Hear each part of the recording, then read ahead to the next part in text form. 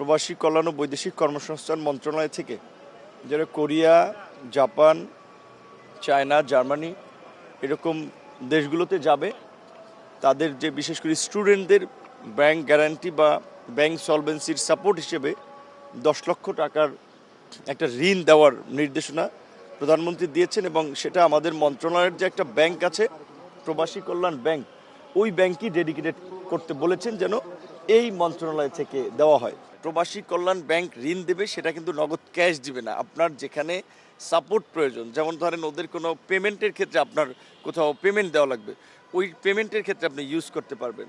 Others কোনো support লাগলে শুধুমাত্র ওই ক্ষেত্রে যে 10 লক্ষ টাকা লোন দিয়ে দেবে, একজন ক্যাশ নিয়ে যাবে সেটা না, শুধুমাত্র তারা যেন বিদেশে যেতে পারে সেই ক্ষেত্রে এই সুবিধাটা দেওয়া হচ্ছে।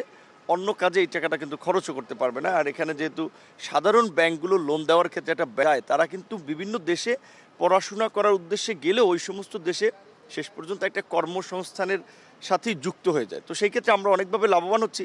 একটা হচ্ছে আমাদের দেশের একটা শিক্ষিত জনগোষ্ঠী ওইখানে কর্মসংস্থানে যুক্ত হচ্ছে, আমরা রেমিটেন্স পাচ্ছি, যেই কারণে আমরা ওই গ্যারান্টি ছাড়া এই 10 লক্ষ টাকা ঋণের একটা বা ব্যাংক সলভেন্সি সাপোর্টের একটা সিদ্ধান্ত সরকার পক্ষ থেকে নিয়েছে। যুদ্ধের ফলে আমাদের শ্রম বাজার কিংবা রেমিটেন্সের উপরে খুব বেশি প্রভাব পড়বে না, হয়তো সাময়িক কিছুটা হতে পারে। বরঞ্চ যুদ্ধ স্টপ হলেও এগুলো পুনর্গঠনে তাদের যে ম্যান পাওয়ার, লোকবল লাগবে, সেক্ষেত্রে আমি মনে করি বাংলাদেশে একটা সম্ভাবনা তৈরি হবে যে ওই সমস্ত দেশের শ্রমবাজারে নতুন করে এন্ট্রি নেওয়ার ক্ষেত্রে। মালয়েশিয়ার সরকারি অফিসিয়াল পর্যায়ে আলাপ আলোচনা হচ্ছে।